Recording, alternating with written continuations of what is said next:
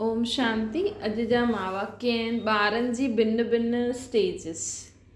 8 12 75 जा वाक्य आहिनि। बाबा चवनि था अशरीरी भव, ये वरदान प्राप्त करे छॾियो। अशरीरी भव हाणे विशेष 18 निमित जे वैसे बि ॿार तपस्या कंदा ई हूंदा, त असांखे कहिड़ी स्थिति प्राप्त करणी आहे? अशरीरी भव। जे समय संकल्प करो मां अशरीरी आहियां, हुन सेकेंड स्वरूप ठही वञो। अहिड़ो अभ्यास सहज थींदो आहे। सहज अनुभव थियण ई संपूर्णता जी निशानी आहे। जॾहिं असांखे इहा अशरीरीपन जी स्थिति सहज अनुभव थींदी न, भई हाणे असां जीअं न मशीन खे पकड़े वेठा आहियूं, असां कमु था करूं, हाणे असां छॾूं हुन मशीन खे त असांजे हथ में मशीन न हूंदी। हूअं ई असां हाणे हिन शरीर रूपी मशीन खे यूज़ करूं था। हाणे हिन शरीर रूपी मशीन जो कोई कमी न आहे त मां अशरीरी थी वञा। त इहो अभ्यास असांखे पक्को थी वञणो खपे। तॾहिं सम्झो, जॾहिं अभ्यास पक्को थी वेंदो न, तॾहिं सम्झो असांजी संपूर्णता जी नज़दीक अची विया आहियूं असां। कॾहिं कॾहिं सहज हूंदो आहे, कॾहिं मुश्किल, कॾहिं सेकेंड में, कॾहिं मिंटनि में, या कॾहिं ज़्यादा समय में अशरीरी स्वरूप जो अनुभव थियणु। अर्थात अगरि हीअं थींदो आहे, कॾहिं कॾहिं थींदो आहे, कॾहिं कॾहिं न, कॾहिं कॾहिं ज़्यादा, कॾहिं कॾहिं घटि, त सम्झो असांजी संपूर्ण स्टेज अञा परे आहे। त ईअं चेक करे सघंदा आहियो। जॾहिं असांजे मन जा सभु प्रश्न शांत थी वेंदा आहिनि न, तॾहिं आत्मा अशरीरी थियणु सहज थी वेंदो आहे। जॾहिं असांजा सभु हिसाब किताब चुकतू थी वेंदा आहिनि न, त असांखे अशरीरी थियणु सहज थी वेंदो आहे। त इहा निशानी आहे। हर घंटे में आहे न, इहे चेक करो कि हाणे त मूंखे, हाणे मां कम मां फ्री, हाणे मां ख़ुदि खे आत्मा सम्झी करे ॾिसो। पोइ अगरि नथा थी सघो त छा छा संकल्प था अचनि, कहिड़ी कहिड़ी तरफ़ मन भॼे थो, मतिलबु हुन तरफ़ मन जी डोर अञा ताईं बंदल आहे। तव्हां डिॼो न, बाबा खे यादि करो ऐं उहा डोर कटिजी वेंदी। अर्थात असांजा हिसाब किताब चुकतो थींदा वेंदा। बाबा चवनि था कि सदा सहज अनुभव थियणु अशरीरीपन जी इहा थींदी आहे संपूर्णता जी निशानी। हाणे बाप दादा विदेश ऐं पंहिंजे भारत देश जे सर्व ॿारनि जी देखरेख करणु चकर ते निकिता।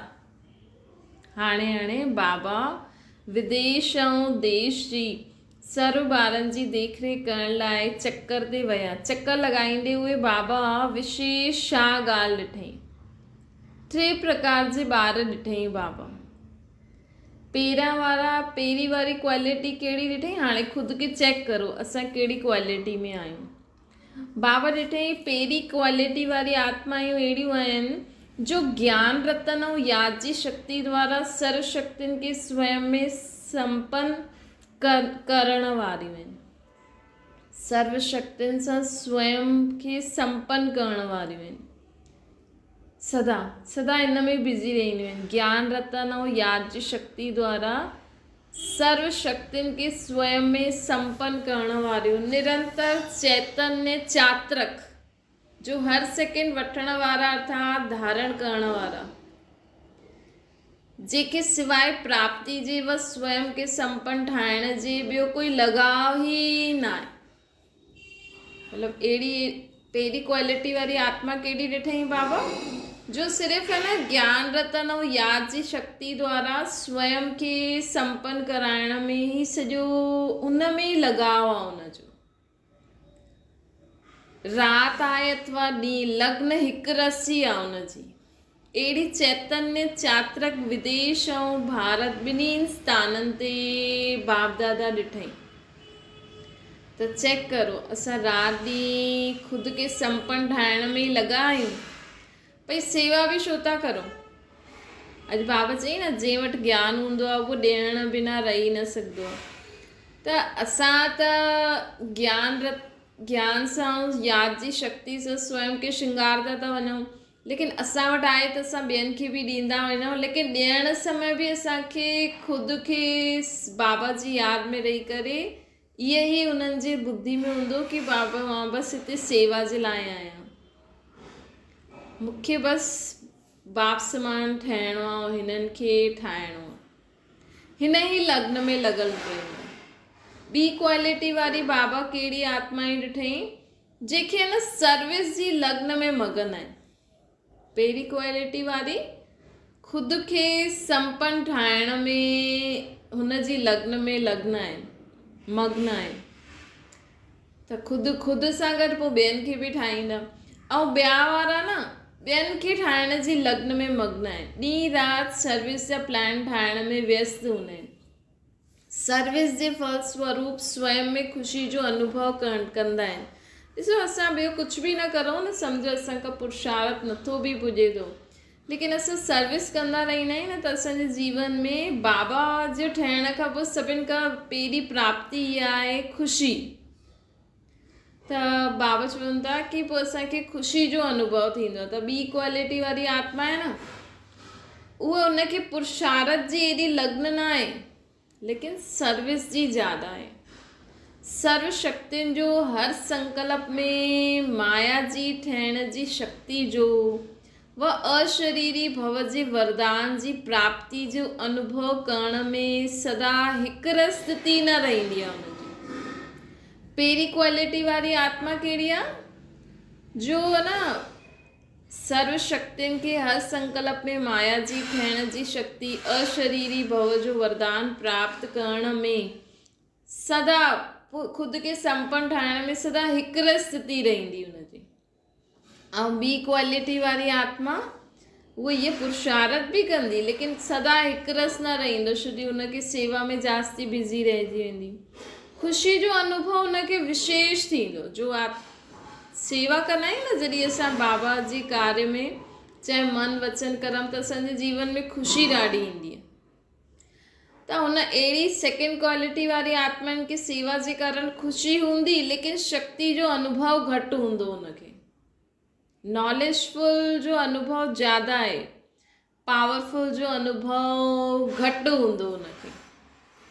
ज्ञान जो सिमरन ज़्यादा कंदा, लेकिन शक्तिशाली समृद्ध स्वरूप स्थिति घटि हूंदी हुनजी।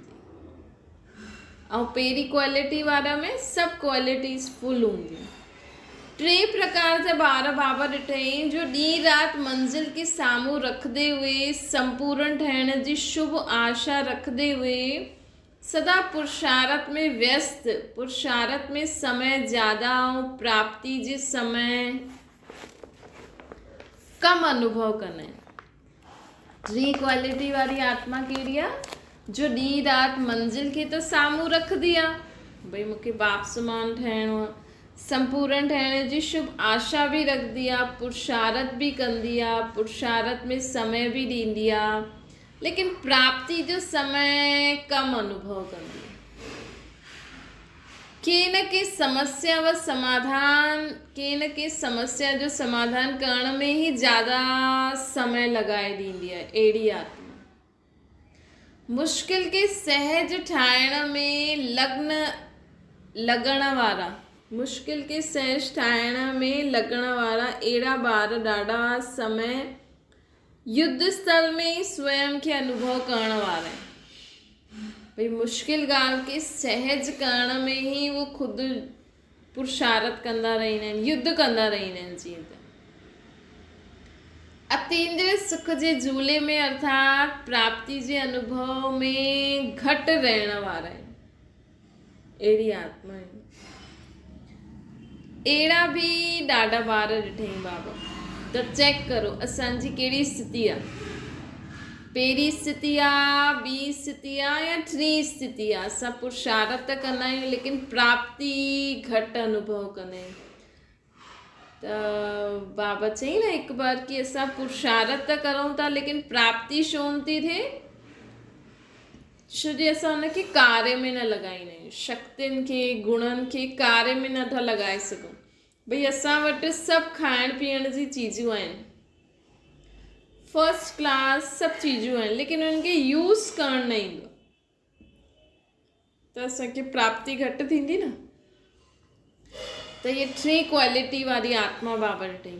बाबा ॾिठई पहिरें नंबर जी चातरक जी स्थिति सदा इहे ई रहंदी आहे कि जो असांखे पाइणो हुओ उहो पाए वरितो, हाणे समय बि बाक़ी थोरो रहियो आहे। ॿिए नंबर वारी आत्मायूं जो सर्विसेबल नॉलेजफुल ज़्यादा आहिनि, पावरफुल घटि आहिनि, उन्हनि जी स्थिति ईअं रहंदी कि इहा पाए वरितो, मिली वियो आहे, निश्चय आहे कि पाए ई वठंदासीं। ख़ुशी जे झूले में झूलंदा आहिनि, लेकिन विच विच में झूले खे तेज़ झुलाइण जे लाइ कोई आधार जी आवश्यकता हूंदी आहे। त बाबा ॾिठे ॿी क्वालिटी वारी आत्मा न सर्विसेबल नॉलेजफुल हूंदी आहे, पावरफुल घटि हूंदी आहे। हुनजी स्थिति ईअं रहंदी आहे कि असां पाए त वरितो, मिली त वरितो, निश्चय बि थी वियो ख़ुशी जे झूले में झूलंदा बि आहिनि, लेकिन विच विच में न झूले खे तेज़ झुलाइण लाइ न उन्हनि खे कोई न कोई आधार जी ज़रूरत हूंदी आहे। उहो आधार छा आहे? कोई अन्य द्वारा की हुई सर्विस प्रति हिम्मत उल्लास दिलाइण वारा, अर्थात ॾाढो सुठो करण वारा। मतिलबु कि जीअं तव्हां ज्ञान था ॾियो, तव्हां नॉलेजफुल बि आहियो, तव्हांखे सुठो बि लॻे थो, लेकिन तव्हांखे ये जो बाबा चई न विच विच में झूले खे तेज झुलाइण लाइ उन्हनि खे कहिड़ो आधार खपे कि तव्हांखे कोई चए हा तव्हां त ॾाढो सुठो ज्ञान ॿुधाईंदा, ॾाढो सुठो, ऐं कोई न चए त तव्हां ढिला थी वेंदव। हीअं त न आहे न। असां पंहिंजे पुरुषार्थ में, पंहिंजी स्थिति में सदा हिकु रस आहियूं न। अगरि असां ईअं सोच रहिया आहियूं कि कोई असां में परिवर्तन आयो, हिन जे लाइ कोई असांखे चए त उमंग बि अचे। कॾहिं कॾहिं थींदो आहे न भई असां एॾो ज्ञान इहो करूं था, एॾो ज्ञान ॿुधायूं था, कोई सुठो चए ई नथो त माण्हू सोचंदा आहिनि कि अलाए मां सुठो करां थी या नथी करां। त माण्हुनि जो सुठो चवण उन्हनि खे उमंग उत्साह अची वेंदो आहे कि हा माण्हू सभु चवनि था ॾाढो सुठो आहे, त हा मां हाणे उमंग उत्साह सां ॿियो ॿुधाइण लॻी वेंदा आहिनि।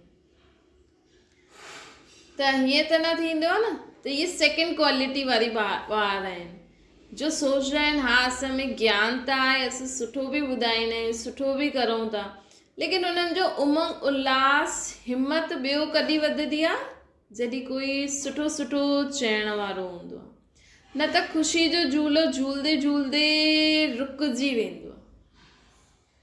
त रुके हुए खे हलाइणो खपे। पहिरीं स्टेज वारा न ऑटोमेटिकली झूलंदा रहंदा आहिनि, उन्हनि खे कोई चए न चए कि हा तव्हां त ॾाढो सुठो कमु था करो, ॾाढो सुठो ज्ञान आहे, तव्हांजो त जीवन ॾाढो परिवर्तन, उन्हनि खे इन्हनि जी ज़रूरत न हूंदी आहे। उहो पंहिंजो हिकु रस पंहिंजे पुरुषार्थ कंदा रहंदा आहिनि, पंहिंजी स्थिति, पंहिंजो ज्ञान रतन यादि जी शक्ति सां पंहिंजे संपन्न ठाहिण में लॻल रहंदा आहिनि।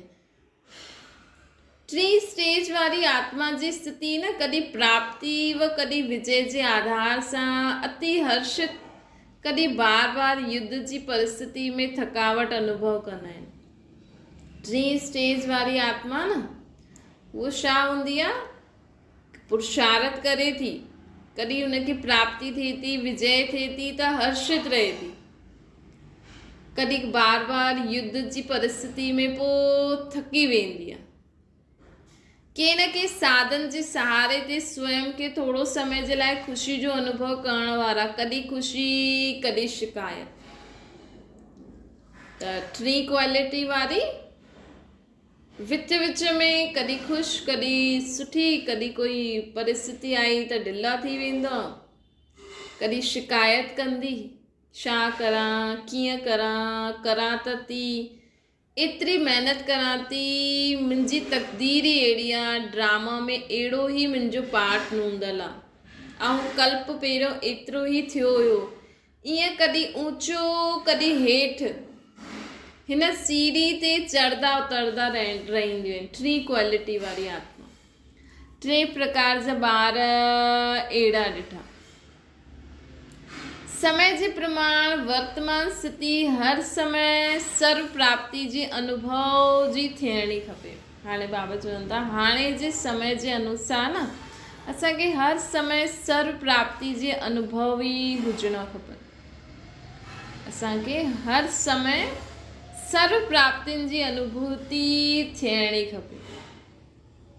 निरंतर चैतन्य चात्रक थी करे हर सेकेंड अगरि असां बाबा सां योग लॻाईंदासीं न तव्हांखे ॾाढा सुठा सुठा अनुभव थींदा। जेकी ॻाल्हि असां सम्झो असां मुरली ॿुधूं था, बाबा जी पढ़ूं था, कोई ॻाल्हि अहिड़ी आई असां सोचियो अच्छा ईअं हिन जो अर्थ मनन कंदे कंदे, लेकिन हुन समय भले न बि सम्झ में अचे, लेकिन सॼो ॾींहुं असां बाबा खे यादि कंदा रहंदा आहियूं न त कंहिं समय असांजी ॿुधी जो तालो खुली वेंदो आहे ऐं असांखे उहा ॻाल्हि सम्झ में अची वेंदी आहे त असां चवंदा आहियूं अच्छा बाबा ईअं चयो हिन जो अर्थ इहो आहे। इनखे चइबो आहे निरंतर चैतन्य चात्रक थी करे हर सेकेंड वठण वारा अर्थात धारण करण वारा, जेके सवाइ प्राप्ति जे स्वयं खे संपन्न ठाहिण जे ॿियो कोई लॻाव ई न हुजे। त बाबा चवनि था हाणे समय जे अनुसार न असांखे सर्व प्राप्ति अनुभव थियणी खपनि। हाणे ये लास्ट समय युद्ध में न लेकिन सदा विजयपन जे नशे में रहणो खपे। छो जी बाप सर्व शक्तियुनि जो मास्टर ठाहियो अथई, स्वयं सां बि श्रेष्ठ प्राप्ति जो अधिकार ठाहियो अथई। अहिड़े मास्टर व सर्व अधिकारी ॿी व टे स्टेज जे अनुभव में न लेकिन फर्स्ट स्टेज जे अनुभव में रहणु खपनि। सो बाबा असां सां केॾी महिनत था करनि न। हाणे बि बाबा ॿारनि खे केॾो अनुभव थो थिए त बाबा चवनि था मुंहिंजा अहिड़ा मास्टर सर्व अधिकारी ॿार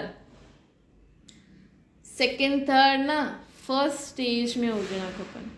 बाबा चवंदा आहिनि न मां अंत ताईं तव्हांखे ज्ञान ॾींदो रहंदुमि, त असांखे बि अंत ताईं चात्रक थी करे पंहिंजी बुद्धि में ज्ञान धारण करणो आहे। बाबा चई न देवताउनि जी थाली भरे भरे करे हीरे जवाहरात भक्ति मार्ग में ॻाया न देवताउनि थाली भरे भरे करे उन्हनि वटि हीरा जवाहरात खणी आया। त इहे असांजे लाइ आहे न, असांखे बि हर सेकेंड न चात्रक थी करे बाबा खे यादि करो। तव्हां घर गृहस्थी में रहंदे हुए घर गृहस्थी वारनि जे लिए तव्हांखे ज्ञान आहे न, बाबा चवनि था घर गृहस्थी में रहंदे हुए सिर्फ़ु बाबा खे यादि कंदा हलो, तव्हांखे बाबा एॾो अनुभव कराईंदा, हर ॻाल्हि जो अर्थ हर ज्ञान जी पॉइंट जो अर्थ तव्हांखे घर गृहस्थी में रही करे बाबा अनुभव कराए सघंदा आहिनि अगरि तव्हां सदा बाबा खे यादि कंदव त, ऐं तव्हां हुनखे धारण करे कर्मनि में लाइ करे सदा विजयी बि ठही सघंदा आहियो। बाबा चवनि था कि हाणे विदेशी ग्रुप जो लास्ट इज फास्ट कहलाईंदो आहे, फास्ट इज फर्स्ट कहलाईंदो आहे। त जो बि विदेशी ग्रुप आयो आहे उहे सभु फर्स्ट वारा आहिनि न। फर्स्ट स्टेज अर्थात सदा अनुभवी मुहूर्त। फर्स्ट स्टेज कहिड़ी हूंदी आहे? सदा अनुभवी मुहूर्त, हर सेकेंड अनुभव में मग्न रहण वारा, हर सेकेंड अनुभव में मग्न रहण वारी आत्मायूं आहियो न। कॾहिं फर्स्ट स्टेज मतिलबु हूंदो आहे हर सेकेंड अनुभव में मग्न रहण वारियूं, कॾहिं कॾहिं ऐं हाणे चइण वारा न। कॾहिं ईअं थींदो आहे कॾहिं ईअं थींदो आहे न, सदा अनुभवी, सदा हिकु स्थिति में रहण वारा ऐं हिक जे द्वारा सर्व अनुभव पाइण वारी आत्मायूं। इनखे चइबो आहे फर्स्ट, सदा हिकु रस में रहण वारी ऐं हिक द्वारा सर्व अनुभव पाइण वारा, इनखे चइबो आहे फर्स्ट। बाप दादा खे बि अहिड़े लास्ट फास्ट वारे ॿारनि ते नाज़ आहे। कहिड़ा हूंदा आहिनि फर्स्ट ॿार? जो सदा हिकु रस में रहण वारा, हिक द्वारा सर्व अनुभव करण वारा। हर हिक जे मस्तक जी तक़दीर जी लकीर बाप दादा त ॾिसंदा ई आहिनि कि हर हिक ॿार जे भविष्य छा आहे। भविष्य खे ॾिसी बाबा हर्षित बि थींदा आहिनि। हाणे आयो आहे नयो ग्रुप में हाणे जेको हुन समय जो आयो हूंदो ग्रुप, हुन में सुठा उम्मीदवार ॿार आहिनि जो विश्व जे दीपक ठही बाप समान अनेकनि खे रास्तो ॿुधाइण जे निमित ठहींदा। त हुन समय कोई ग्रुप आयो हूंदो। हाणे बि बाबा जे घर में त ॿार ईंदा ई रहंदा आहिनि। त बाबा त अञा बि अव्यक्त स्थिति में स्थिति करे ॾिसंदा आहिनि कि कहिड़ो मुंहिंजो ॿार विश्व जो दीपक ठही बाप समान अनेकनि खे रास्तो ॿुधाइण जे निमित ठहे। हुनखे बाबा विश्व जो दीपक चईंदा आहिनि। मतिलबु असां द्वारा अगरि अनेकनि खे पंहिंजी मुक्ति, जीवन मुक्ति जे लाइ रास्तो मिले, हुनखे बाबा दीपक चईंदा आहिनि, विश्व जो दीपक। हाणे त विशेष विदेशियुनि जे अर्थ आहिनि न, कुझु हिते वेठा सम्मुख आहिनि, कुझु विदेश में ॾींहुं राति हिन ई यादि में रहंदा आहिनि। विदेशी त वैसे बि बाबा खे जाची यादि कंदा आहिनि, छो जो चईंदा आहिनि न, जेतिरो परे रहंदा आहिनि ओतिरो ज़्यादा खेच थींदी आहे। त उहो छा अनुभव कंदा, जीअं रेडियो टीवी में जेका ॿार ॿाहिरि वेठा आहिनि, ऐं कुझु मधुबन में हुया हुन समय, कुझु ॿाहिरि वेठा हुया। त बाबा चयईं कि जेका विदेश में ॿाहिरि वेठा आहिनि उहो छा अनुभव कंदा। जीअं रेडियो टीवी में कोई विशेष प्रोग्राम अचण वारो हूंदो आहे त सभु पंहिंजो पंहिंजो स्विच ऑन करे वेहींदा आहिनि न, सभिनि खे अटेंशन हूंदो आहे, हुन हिकु तरफ़ ई सभिनि जो अटेंशन हूंदो आहे। ईअं ई विदेश जे चारों ओर ॿार पंहिंजी पंहिंजी स्मृति जो स्विच ऑन करे करे वेठा आहिनि। पहिरें समय त हीअं ऑनलाइन एॾो न हूंदो हुयो न, त सभु ॿार पंहिंजी स्मृति जो स्विच ऑन करे वेहींदा हुया कि हाणे बाबा हुते मधुबन में मुरली हलाईंदा हूंदा। त असांजो त वैसे ई अंत में त इहे सभु मोबाइल, टीवी, सभु मुरली वुरलियूं सभु बंदि थी वेंदियूं न। जंहिंजो सदा बुद्धि योग बाबा सां कनेक्शन में हूंदो, हुननि खे ई सही रास्तो पतो लॻंदो कि छा करिणो आहे, छा न करिणो आहे। हाणे बि ॾिसो, इहे त हाणे मुरलियूं आहिनि, अञा बि बाबा जो ऑनलाइन प्रोग्राम हले थो, अञा बि संदेशूं कुझु कुझु संदेश ॾींदियूं हूंदियूं, लेकिन थोरे समय खां पोइ इहे सभु डिस्कनेक्ट थी वेंदा। थोरे समय खां पोइ त सभु बि भई कोई जो जाते आहे उते ई रहिजी वेंदो। पोइ असांखे डायरेक्शन कीअं मिलंदो, छा करूं। जो मुरली में श्रीमत आहे उहो त आहे ई सही, लेकिन अंत समय जे लाइ डायरेक्शन असांखे बाबा हाणे बि ॾेई रखी अथई। ऐं अंत समय जंहिंजो बुद्धि योग बाबा सां कनेक्शन में हूंदो उहो ई सेफ रही सघंदो। उन द्वारा ई ॿियनि आत्माउनि खे बि मुक्ति, जीवन मुक्ति जो अनुभव थींदो। इन करे बाबा चईंदा आहिनि न, हाणे चात्रक ठही करे हर सेकेंड बाबा खे यादि करे पंहिंजी बुद्धि खे क्लीन कंदा हलो। पंहिंजो बुद्धि योग सदा बाप सां लॻो रहे, हर सेकेंड में चेक करो विच विच में। असां सभु कुझु भुलिजी करे बाबा खे यादि करे ॾिसूं। पोइ छा थींदो, धीरे धीरे कचिरो निकिरंदो वेंदो ऐं असांजी बुद्धि योग बाबा सां कनेक्शन में अची वेंदो। पोइ असां अंत समय बि जीअं त बाबा सां गॾु ई आहियूं। त बाबा चईंदा आहिनि कि जेका ॿाहिरि उन समय ॿुधनि पिया त हुननि पंहिंजी स्मृति जो स्विच ऑन करे रखियो हूंदो। सभिनि जो संकल्प इहो ई आहे कि मधुबन जी स्मृति जो, मधुबन में बाबा आहिनि। दूर हूंदे हुए बि कई ॿार बाप खे हिन संगठन जे सम्मुख ॾेखारे में ॾींदा आहिनि। बाबा त चईंदा आहिनि न, जॾहिं अव्यक्त में बाबा ईंदा हुया त बाबा चईंदा न, मां हिन सभा खे नथो ॾिसां, मुंहिंजे साम्हूं त ॾाढी वॾी सभा आहे। त जंहिंजो बुद्धि योग बाबा सां कनेक्शन में हूंदो आहे न, हुन समय उहो जीअं बाबा जे सम्मुख हूंदो आहे। अच्छा, अहिड़ा साकार रूप में सम्मुख वेहण वारा व आकारी रूप में बुद्धि योग द्वारा सम्मुख वेहण वारा, अहिड़ा सदा विजयी स्वरूप, अतीन्द्रिय सुख जे झूले में झूलण वारा, प्राप्ति स्वरूप आत्माउनि खे, सर्व वरदाननि जे अधिकारी आत्माउनि खे। ॾिसो बाबा केॾो ऊंचो ऊंचो टाइटल था ॾियनि। सर्व प्राप्ति स्वरूप, सर्व वरदाननि जे अधिकारी आत्मा। यह भी रोज संकल्प करो, मां सर्व प्राप्ति स्वरूप आत्मा, सर्व वरदाननि जी अधिकारी आत्मा, विश्व द्वारा सदा सत्कार और विश्व प्रति सदा कल्याणकारी, विश्व द्वारा सदा सत्कार प्राप्त करण वारा, विश्व प्रति सदा कल्याणकारी आत्माउनि खे जो सभिनि जो कल्याण जे निमित हूंदियूं आहिनि, अहिड़े विश्व जे दीपकनि खे बाप दादा जे दिल तख्त नशीन ॿारनि खे बाप दादा जो यादि प्यार ऐं नमस्ते। असांजी बि असां चैतन्य दीपकनि जे दीपराज बाबा खे यादि प्यार ऐं नमस्ते। अच्छा, ओम शांति। बाबा खे यादि करो।